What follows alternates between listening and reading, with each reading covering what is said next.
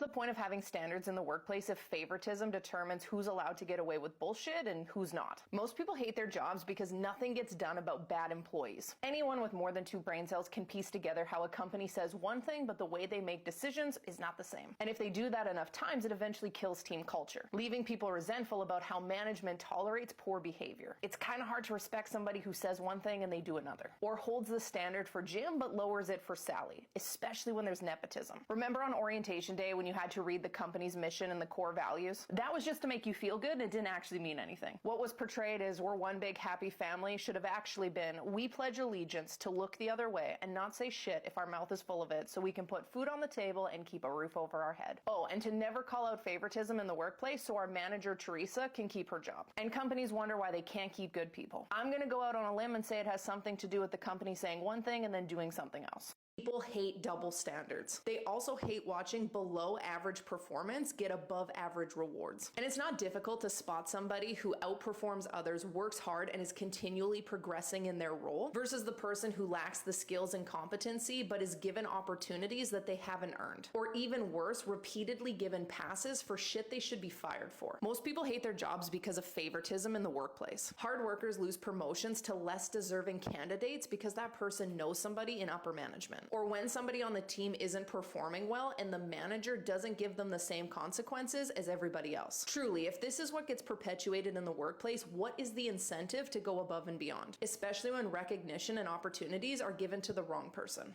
Bad employees should be fired. If somebody's chronically late, constantly complains, and doesn't respect other people on the team, they should be let go immediately. There is nothing worse than tolerating bullshit behavior and keeping problematic team members. It just signals to the rest of the team that the leader honestly doesn't have the skills required to lead the team effectively, nor do they have their best interest at heart. Because why is it acceptable to lower the standard for one person on the team? Which makes them untrustworthy and difficult to respect their leadership decisions. And the longer a bad employee is kept, the more negative impact it has on the rest of the team. The team doesn't want to work with them, they don't do the shit they're supposed to, and you can't rely on them to complete their duties. They're unreliable, and when you ask them to be responsible for their behavior, they just start justifying it with every excuse imaginable. They take everything as a personal attack, and it's a waste of time and money even dealing with them. It's real simple. If somebody on the team is problematic, they gotta go.